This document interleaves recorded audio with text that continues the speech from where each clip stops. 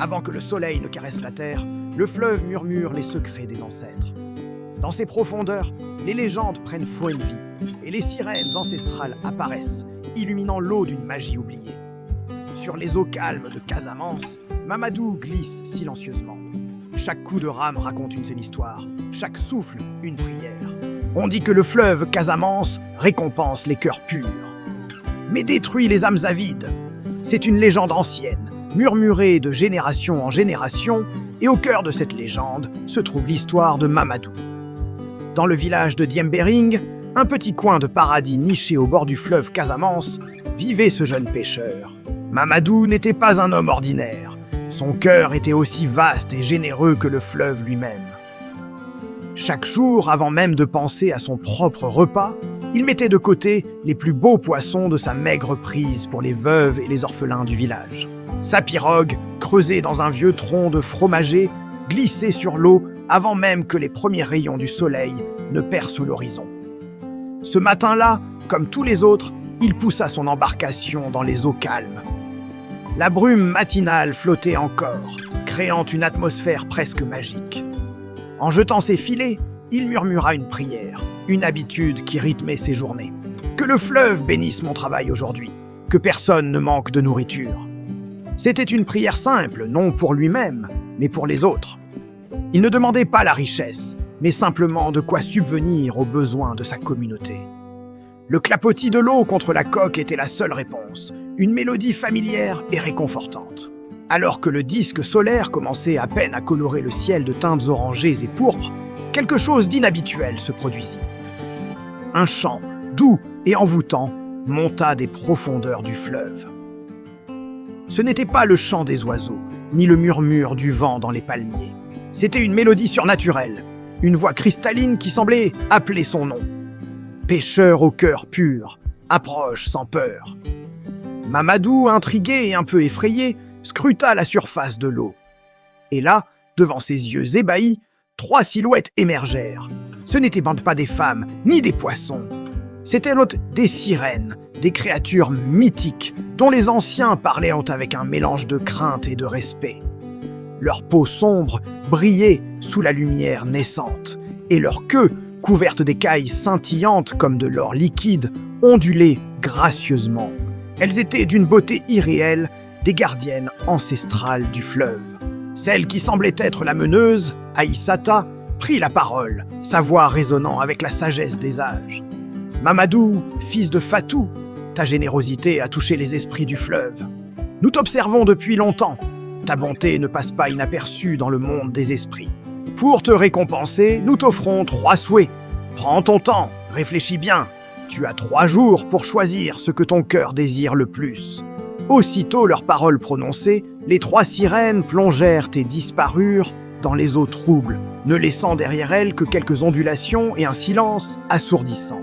Mamadou resta là, figé dans sa pirogue, ses filets oubliés. Le cœur battant à tout rompre, il ramena sa barque vers la rive. Son esprit était un tourbillon de questions. 3 souhaits. Que pouvait-il bien demander? La richesse? La gloire? Le pouvoir? Le poids de cette promesse était immense.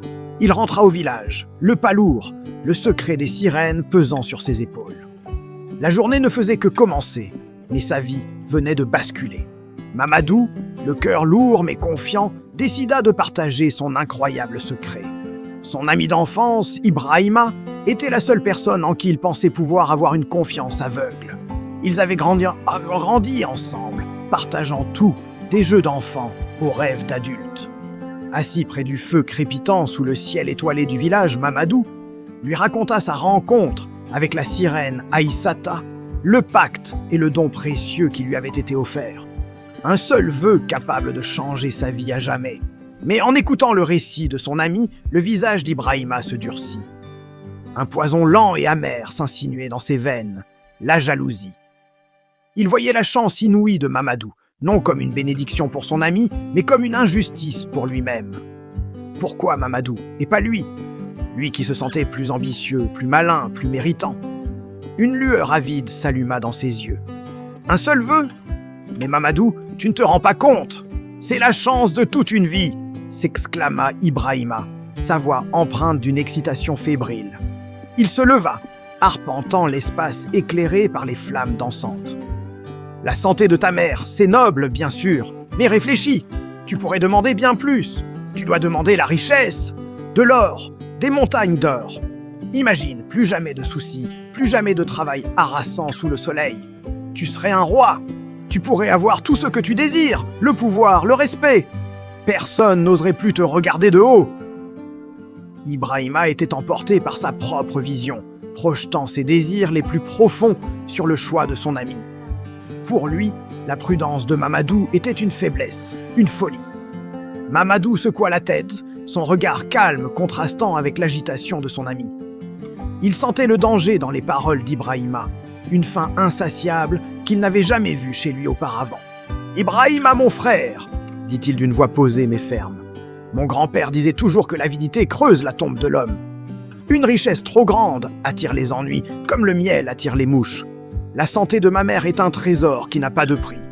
Le pouvoir, l'or, ce sont des fardeaux qui brisent le dos et corrompent l'âme. Je ne veux pas de cette vie. » Mais ces mots sages se heurtèrent à un mur d'incompréhension. Ibrahima ne voyait que de la naïveté, un manque d'ambition qui le mettait hors de lui. La discussion s'envenima. Les deux amis campant sur leur position, un fossé se creusant entre eux, aussi profond que le fleuve Niger. Cette nuit-là, le sommeil fuyait Ibrahima. Les paroles de Mamadou résonnaient dans sa tête, mais elles étaient étouffées par le murmure de la cupidité. Pourquoi lui et pas moi? Cette question tournait en boucle, le rongeant de l'intérieur. Une idée folle, audacieuse et terrible germa dans son esprit. Si Mamadou était trop sot pour saisir sa chance, alors lui, Ibrahima, la prendrait. Il connaissait le lieu de la rencontre, il connaissait le nom de la sirène. Poussé par une force obscure, il se leva sans un bruit, quitta sa case et se glissa hors du village endormi.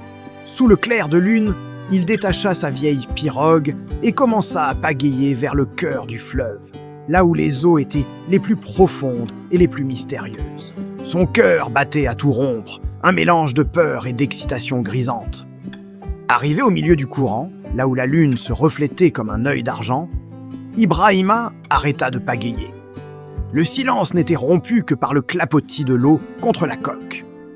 Prenant une grande inspiration, il appela d'une voix forte, brisant la quiétude de la nuit. « Aïssata, sirène du fleuve, montre-toi! Je suis là, moi! Je suis prêt à faire un vœu. » Il attendit, le souffle court. L'eau se mit à bouillonner, et la même lueur éthérée que Mamadou avait décrite apparut à la surface. La silhouette gracieuse d'Aïssata émergea des profondeurs, son regard perçant et empreint d'une sagesse ancestrale. Elle le fixa, et il sentit un frisson le parcourir. Elle savait qu'il n'était pas celui qu'elle attendait. « Tu n'es pas Mamadou !» dit la sirène, sa voix résonnant comme une mélodie lointaine et puissante.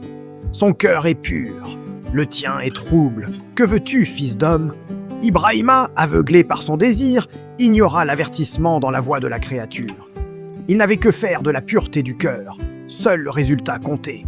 « Je veux ce qu'il est trop bête pour demander !» cria-t-il, sa voix tremblante de convoitise. « Je veux de l'or, des rivières d'or.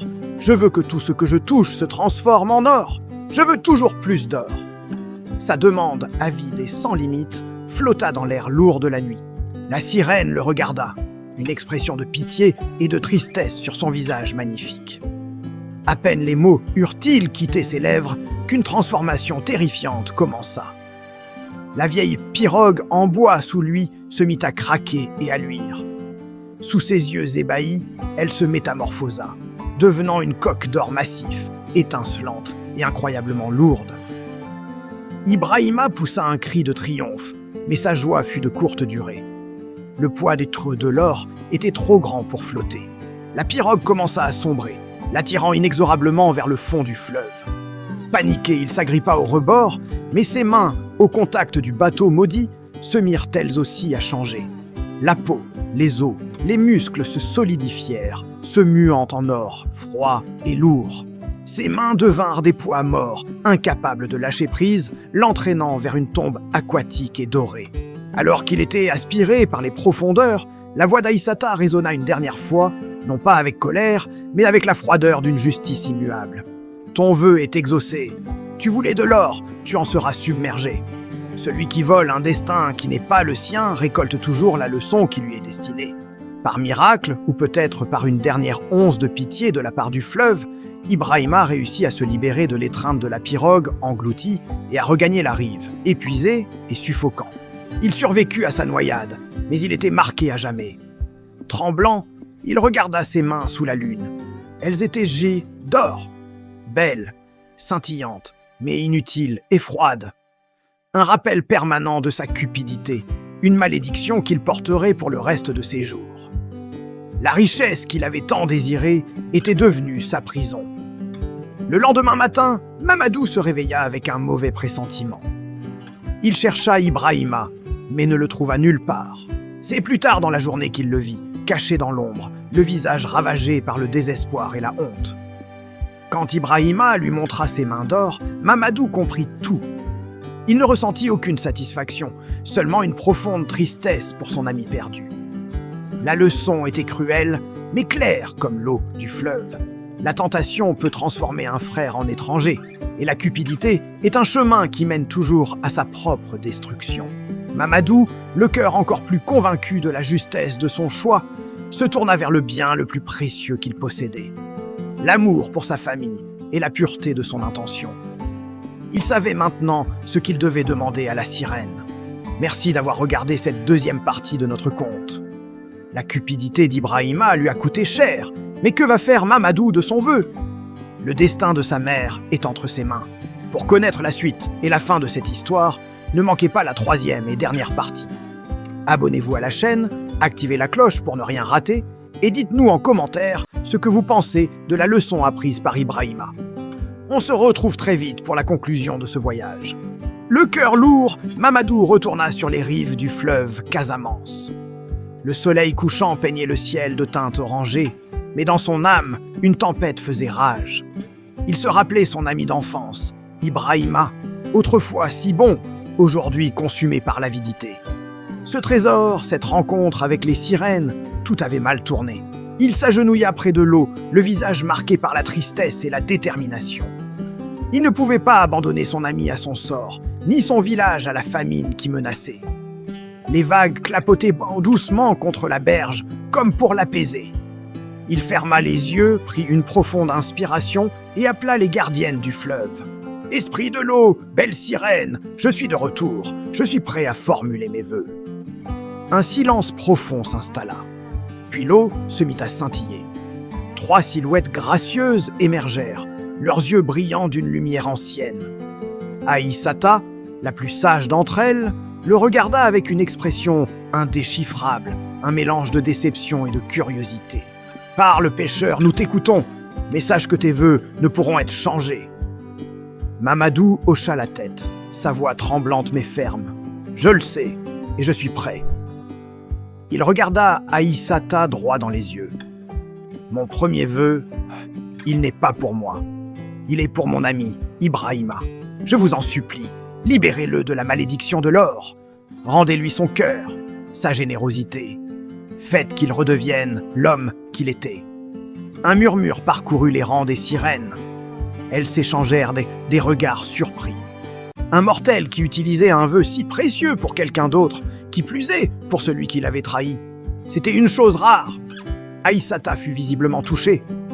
Un léger sourire se dessina sur ses lèvres. « Ta demande est noble, Mamadou. Ton pardon est une force. Vœu accordé. Ibrahima sera libéré de sa folie. » Un poids immense quitta les épaules de Mamadou.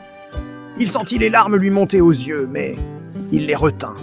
Ce n'était pas fini. « Merci infiniment. Pour mon deuxième vœu. » Il se tourna pour regarder au loin, en direction de son village, Diembéring, où les feux commençaient à s'allumer. « Je souhaite que ce fleuve, votre demeure, redevienne une source de vie pour tous les habitants de mon village. Que ses eaux soient à nouveau poissonneuses, que les récoltes de nos femmes sur ces berges soient abondantes, que plus personne ne connaisse la faim. » Les sirènes se regardèrent à nouveau, cette fois avec une admiration non dissimulée. Cet homme ne demandait ni or, ni pouvoir, ni longue vie. Il demandait le bien-être de sa communauté. Aissata acquiesça solennellement.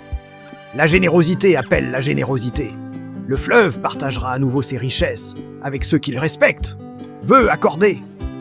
Mamadou sentit une vague de chaleur l'envahir. Il ne lui restait plus qu'un seul vœu, le plus important. Il prit un instant pour réfléchir, le destin de son peuple et des générations futures reposant sur ses prochains mots. Il ne voulait pas d'un miracle temporaire. Il voulait une solution durable. Pour mon dernier vœu, sa voix se fit plus douce, presque un murmure. Je ne demande rien de matériel. Je souhaite que nos enfants et les enfants de nos enfants apprennent et comprennent la leçon de cette histoire. Qu'ils sachent pour toujours que le plus grand des trésors n'est pas l'or ou les richesses, mais le partage, l'entraide et l'amour de son prochain. Que cette sagesse soit gravée dans le cœur de notre peuple pour l'éternité. Un silence majestueux tomba sur le fleuve. Le vent lui-même semblait retenir son souffle. Les trois sirènes, profondément émues par cette ultime requête, s'approchèrent de la rive. Elles ne dirent rien. Aissata leva la main et, dans un geste lent et solennel, elle et ses sœurs déposèrent 3 perles magnifiques à la surface de l'eau. Elles brillaient d'une lumière douce et surnaturelle, pulsant comme 3 cœurs lumineux. Puis, aussi silencieusement qu'elles étaient apparues, les sirènes disparurent dans les profondeurs. Mamadou resta là, à genoux, fasciné par les perles qui flottaient sans les devant lui. Elle n'était vraiment pas un trésor à posséder, mais un symbole, un rappel éternel de la sagesse qu'il avait demandée. Et les jours qui suivirent furent comme une renaissance pour Diem Bering. Le fleuve redevint généreux, les filets se remplirent de poissons et les rizières donnèrent des récoltes comme jamais auparavant. L'abondance était de retour. Ibrahima, quant à lui, se réveilla un matin comme d'un long cauchemar. Le souvenir de sa cupidité le hantait, mais la soif de l'or avait disparu, remplacée par une profonde honte et un immense regret. Il alla trouver Mamadou, les larmes aux yeux, et lui demanda pardon. Mamadou le serra dans ses bras, et leur amitié, plus forte que jamais, fut scellée à nouveau. Ibrahima devint l'homme le plus généreux du village, partageant tout ce qu'il avait et aidant toujours ceux qui étaient dans le besoin. Les 3 perles sacrées furent placées au cœur du village, dans un lieu où tous pouvaient les voir. Elles brillaient jour et nuit, rappelant à chacun les leçons de cette aventure. Que la générosité attire les bénédictions, que l'avidité détruit l'âme, que le pardon élève l'homme, et surtout que la sagesse vaut bien plus que tout l'or du monde. Depuis ce jour, le village de Diem Bering prospéra dans la paix et l'harmonie.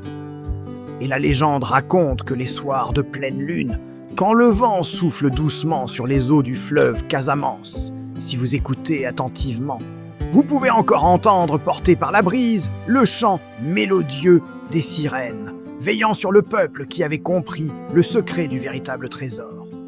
Merci d'avoir suivi cette légende jusqu'au bout. Si cette histoire vous a touché, n'oubliez pas de liker et de vous abonner pour ne pas manquer nos prochains contes. À très bientôt.